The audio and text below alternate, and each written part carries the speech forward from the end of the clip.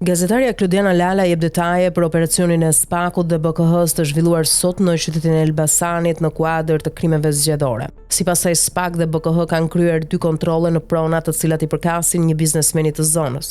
Në kontrollin e parë mësohet se janë gjetur dhe sekuestruar 200.000 euro para kesh.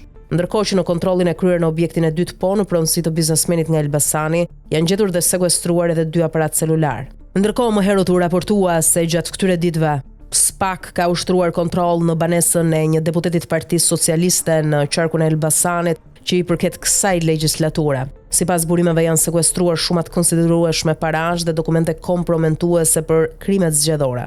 Ndërkohë kujtojmë se sot SPAK dhe BKH kanë zhvilluar një takim në Elbasan me kryeprokurorin Kreshnik Ajazi me fokus krimet zgjedhore. Takimi u fokusua në shkëmbimin e informacioneve operacionale, shqyrtimin e ecurisë së çështjeve penale të hapura dhe analizimin e praktikave hetimore që po ndiqen për identifikimin dhe ndëshkimin e autorëve të përfshirë në manipulime zgjedhore. Mësohet se janë duke u hetuar disa raste konkrete që lidhen me shitblerje votash, kërcënime ndaj votuesve, përdorim të paligjshëm të burimeve shtetërore gjatë fushatës, si edhe përfshirjet personave me precedent penal në fushatën elektorale të 11 majit.